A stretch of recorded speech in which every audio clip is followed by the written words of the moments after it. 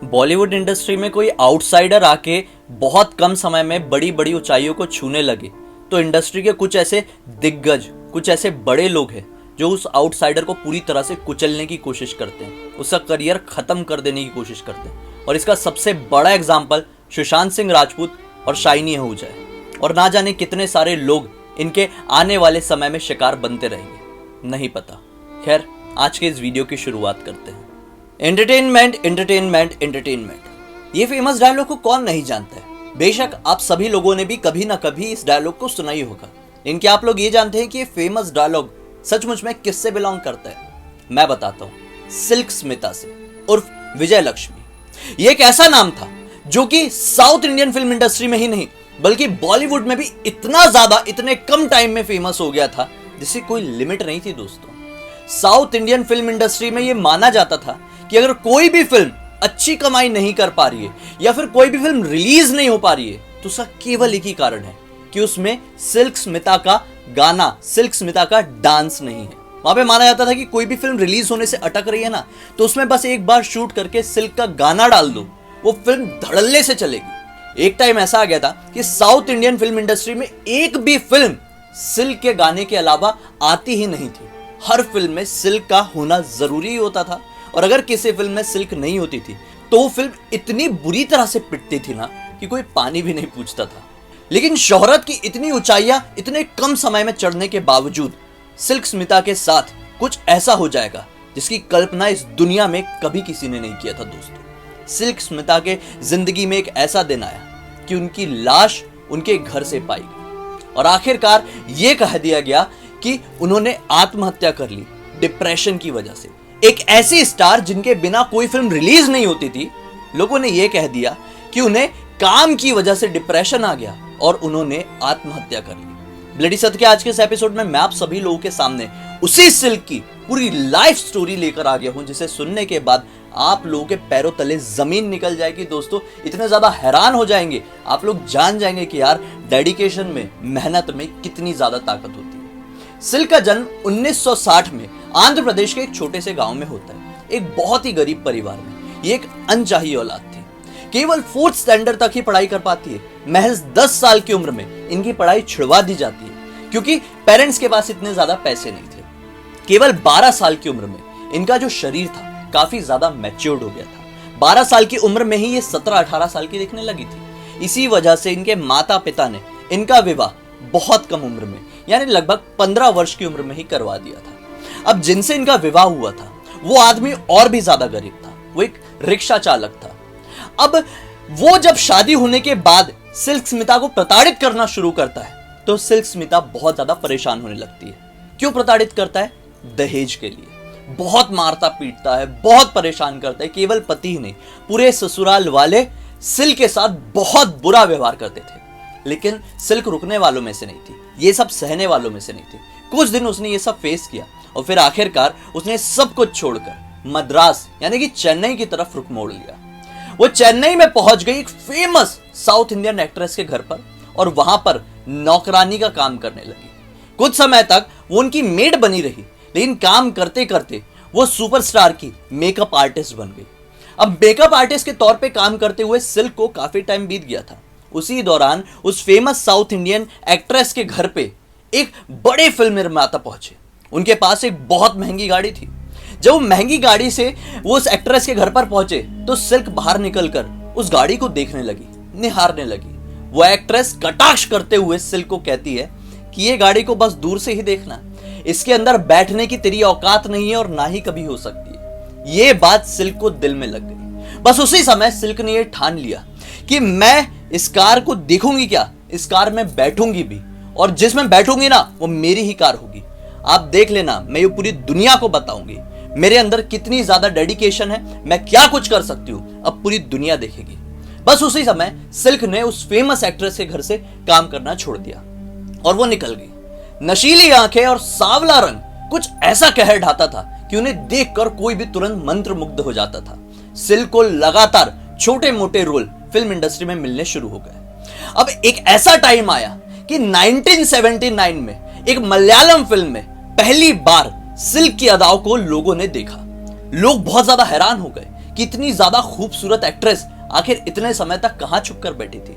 फिर इसके बाद एग्जैक्टली 2 साल बाद यानी 1981 में सिल्क को एक तमिल फिल्म मिली जिसका नाम था वेंडी चक्रम। वेंडी चक्रम में सिल्क को जो कैरेक्टर मिला उस कैरेक्टर का नाम रियल में सिल्क था। अभी तक सिल्क का जो नाम था वो विजय लक्ष्मी ही था। अभी तक लोग उसे विजय लक्ष्मी के नाम से ही जानते थे। लेकिन जब वेंडी चक्रम में विजय लक्ष्मी को सिल्क का काम मिला तो पूरी दुनिया देख के बहुत चक्की रह गई, बोली कि ये तो बहुत ही कमाल की एक्ट्रेस है यार, ये सचमुच में सिल्क है। बस उसी दिन के बाद से उस फिल्म के मेकर ने डिसाइड किया कि विजय लक्ष्मी का नाम सिल्क होगा और तब से ही विजय लक्ष्मी को लोग सिल्क नाम से जानने लगे। इसलिए मैं भी बार बार सिल्क ही कह रहा था। अब 1981 से पूरी दुनिया विजय लक्ष्मी को सिल्क के नाम से जान रही थी और जो कोई भी फिल्म आ रही थी सिल्क को उसमें काम मिल रहा था। लगातार बैक टू बैक सिल्क ने लगभग 200 फिल्म में काम कर लिया केवल 4 साल के अंदर। शोहरत की ऐसी ऊंचाइयों को देखा जो कि बड़ी बड़ी एक्ट्रेस 10-10 साल में नहीं देख पाती थी। अब कोई भी फिल्म रिलीज नहीं होती थी तो सिल्क का गाना डाल दिया जाता था, फिल्म सुपर हिट हो जाती थी। रिलीज होना तो दूर की बात है। सिल्क ने केवल तमिल इंडस्ट्री और तेलुगु इंडस्ट्री में ही नहीं, सिल्क ने बॉलीवुड की 30 फिल्मों में भी काम किया था जिसमें मिथुन चक्रवर्ती और जितेंद्र जैसे बड़े नाम भी शामिल हैं। साउथ इंडस्ट्री की लगभग हर लैंग्वेज की फिल्म में सिल्क ने काम कर चुकी थी। अब इसी दौरान सिल्क से वीनू चक्रवर्ती को प्यार हो गया। अब वीनू चक्रवर्ती कौन? वीनू चक्रवर्ती यानी कि वेंडी चक्रम के प्रोड्यूसर, फिल्म मेकर। ये इतने बड़े नाम थे कि इनकी एक आवाज के सामने साउथ इंडियन फिल्म इंडस्ट्री में किसी को भी चू से चा करने की हिम्मत नहीं थी। कुछ समय दोनों का रिलेशन चलता है और फिर कुछ दिनों बाद वीनू सिल्क के ऊपर हावी होना शुरू कर देते हैं। वो काम नहीं करने देते थे, वो बीच में आते थे उनके काम के। तो सिल्क को ये सब देखा नहीं गया तो सिल्क ने क्या किया, उनके और अपने रिश्ते को तोड़ना सही समझा। सिल्क मूव ऑन कर गई, आगे बढ़ गई। अब ये चीज वीनू चक्रवर्ती को देखी नहीं गई। वीनू चक्रवर्ती ने बहुत कोशिश की कि सिल्क का करियर डाउन कर दिया जाए, लेकिन साउथ इंडियन इंडस्ट्री में किसी के अंदर इतनी हिम्मत नहीं थी कि सिल्क को रिप्लेस करके किसी और एक्ट्रेस को काम दे, क्योंकि वो थी तो वहां की फिल्में चल रही थी। कुछ ही दिनों बाद सिल्क की सेकंड मैरिज हुई एक डॉक्टर के साथ और उसी आदमी की सलाह की वजह से सिल्क ने यह सोचा कि मैं प्रोड्यूसर बन जाऊं। उस आदमी ने सलाह दिया कि तुम किसी फिल्म में खुद फाइनेंस करके प्रोड्यूसर क्यों नहीं बन जाती, काफी ज्यादा पैसे कमाओगी। सिल्क यही करती है, अपनी जिंदगी भर की कमाई वो एक फिल्म में लगा देती है। लेकिन फिर क्या अंजाम होता है, वो फिल्म बुरी तरह से पिट जाती है। फिल्म बुरी तरह से पिटने और पैसे पूरी तरह से डूबने के कारण सिल्क धीरे धीरे करके डिप्रेशन में चली जाती है। डिप्रेशन में जाने के कारण उनकी जो स्किल्स थी उसमें दिखाई दे रहा था और सिल्क को काम मिलना बिल्कुल कम हो गया, या फिर कहो दुनिया का कहना ऐसा है कि सिल्क को काम मिलना पूरी तरह से बंद हो गया। और फिर 1996 23 दिसंबर 1996 की एक शाम सिल्क की डेड बॉडी उनके घर से बरामद हुई। कहा जाता है कि सिल्क एल्कोहलिक हो गई थी, बहुत ज्यादा ड्रिंक करने लगी थी और शराब के नशे में ही सिल्क ने खुद को फांसी लगा दी। और फांसी लगाने का रीजन सिर्फ और सिर्फ डिप्रेशन। अब ये जो कहानी थी ये पूरे दुनिया वाले जानते हैं, ये सभी लोगों को पता है। आप इंटरनेट में सर्च कीजिए, आप तरह तरह के वीडियोस देखिए, आपको यही कहानी पता चलेगी।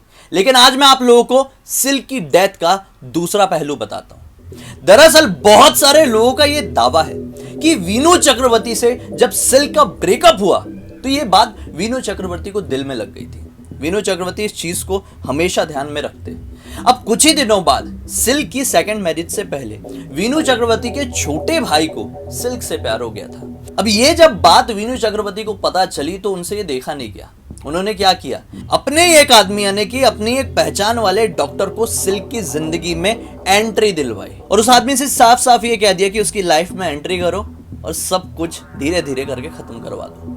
उस आदमी ने भी बिल्कुल यही किया। जैसा कि वीनू ने कहा था, उस आदमी ने पहले सिल्क को अपने प्यार के जाल में फंसाया, उससे शादी किया और फिर उसके सारे पैसे एक फिल्म में लगवा दिए और फिर वीनू ने ही उस फिल्म को फ्लॉप करवा दिया, क्योंकि Veenu South Indian film industry के बहुत बड़े नाम थे। ये बात मैं नहीं कह रहा हूं, ये बात बहुत सारे लोगों का कहना है। बहुत सारे लोगों के हिसाब से वीनू चक्रवर्ती ने केवल अपने गुस्से, अपने ईगो हर्ट होने की वजह से किया था। अब बहुत सारे लोग इतने बड़े नाम के खिलाफ ऐसी बातें क्यों कहते हैं, मैं बताता हूं। दरअसल एक तरफ दुनिया वालों का यह कहना है कि 1996 के टाइम आते आते तक सिल्क को पूरी तरह से डिप्रेशन हो गया था उन्हें फिल्म में काम मिलना बंद हो गया था, उन्हें जो कुछ भी मिल रहा था वो पूरी तरह से पिट जा रहा था। लेकिन मैं बता दूं, 1995 से लेकर 1996 तक सिल्क ने 48 फिल्मों में काम किया था। 48 फिल्में, सही सुना आप लोगों ने, 48 फिल्में केवल 2 साल के अंदर।